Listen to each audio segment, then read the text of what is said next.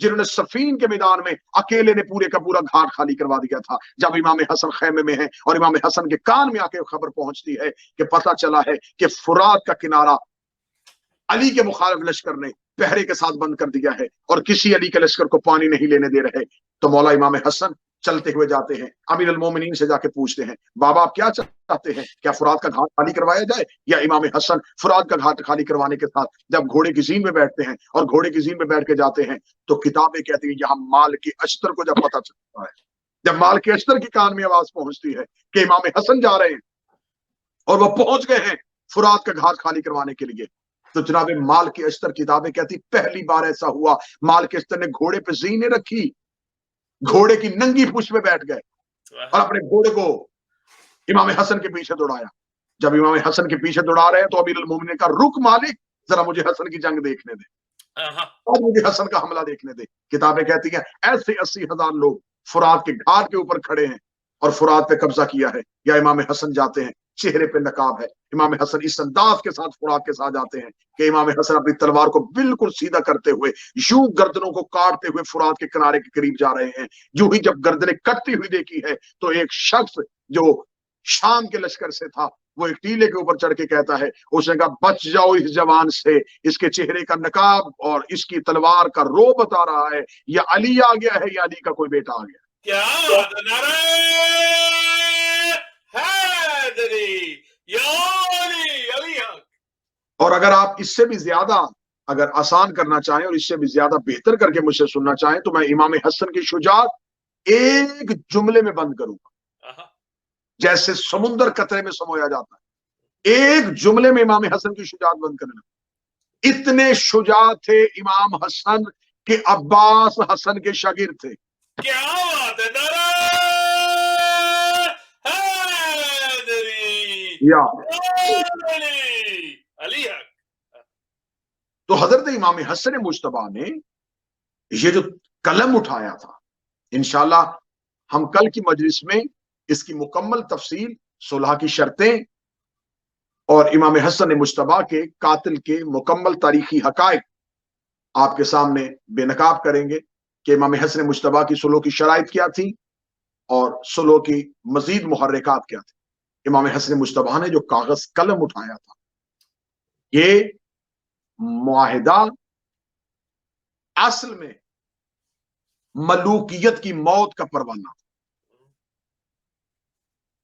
بادشاہت کو ان کی اپنی ابدی نیند سلا دینا تھا.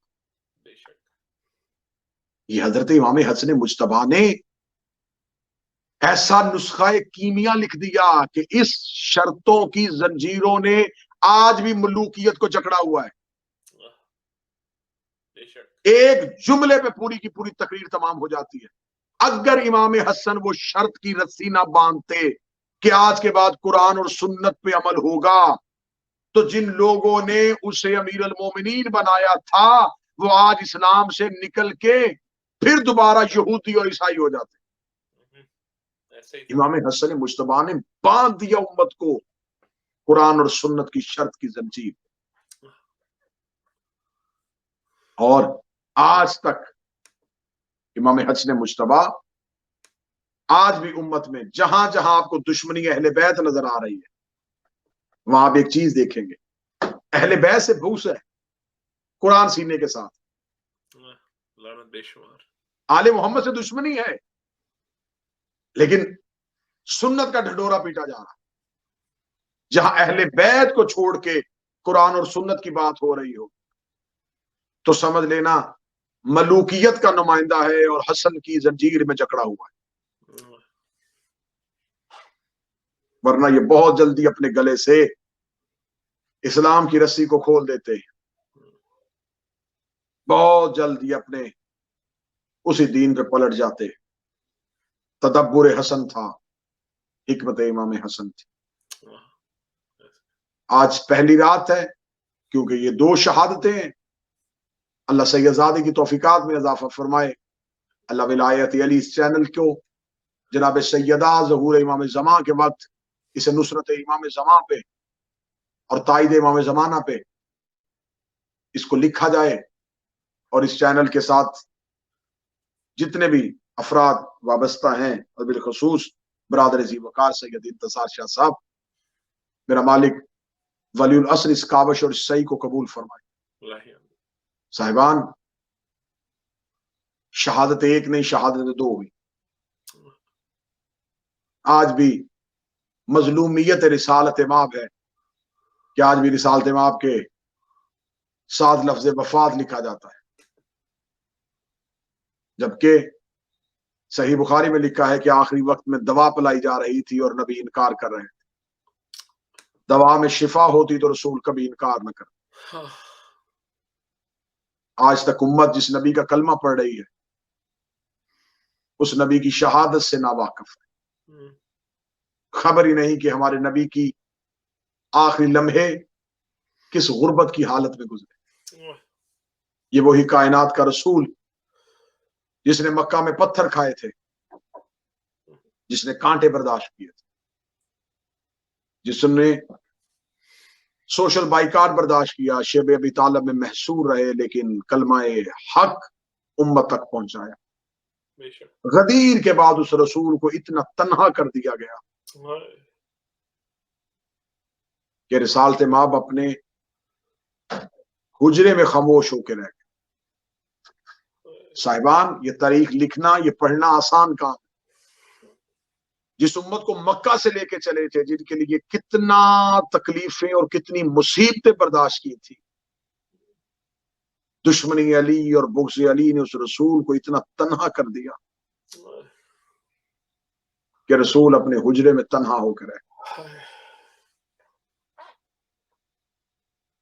جب جناب خدیجۃ الکبریٰ کی آخری ایام تھے، جناب خدیجۃ الکبریٰ نے رسالت مآب سے ایک وصیت کرتے ہوئے کہا تھا، یا رسول اللہ، میں خویلد کی بیٹی، میں آپ کے گھر آئی، میں نے نہ بہتر لباس مانگا، نہ میں نے بہتر خوراک مانگی، اچھا کھانا ملا، اچھا لباس ملا، نہ ملا، لیکن یا رسول اللہ آخری وقت میں خدیجہ کچھ مانگنا چاہتی ہوں۔ رسالت مآب نے کہا، بول زہرا کی ماں، تیرے بڑے احسان ہیں، اللہ نے کرم بھی دیکھ کیا، تیرے احسان کا بدلہ دیا، امامت تیری نسل میں رکھ دی، جنت کی سرداری تیری نسل میں رکھ دی، خاتون جنت تیری بیٹی بن گئی۔ فرمایا یہ احسان پروردگار ہے، لیکن یا رسول اللہ میں ماں بھی تو ہوں نا، میں ماں ہو کے کچھ مانگ سکتی ہوں؟ فرمایا زہرا کی ماں مانگ۔ رو کے کہتی ہے، یا رسول اللہ میری فاطمہ کا بھائی کوئی نہیں۔ اتنا کہنا تھا، یا رسالت مآب کی آنکھیں آنسوؤں سے بھر آئیں۔ فرمایا خدیجہ کیا کہنا چاہتی ہو؟ فرمایا یا رسول اللہ میرے بعد اپنی امت کو بتا دینا میری فاطمہ کا خیال رکھنا۔ اتنا کہنا تھا، رسول رو کے کہتے ہیں، خدیجہ زندگی میں تو کوشش کروں گا تیری فاطمہ نہ روئے، لیکن میرے مرنے کے بعد امت سلوک کیا کرے اس کا وعدہ نہیں۔ فرمایا یا رسول اللہ آپ کی امت آپ کے جانے کے بعد میری فاطمہ کو رلائے گی؟ اتنا کہنا تھا، یا رسالت مآب کہتے بہت روئے گی میرے جانے کے بعد تیری بیٹی۔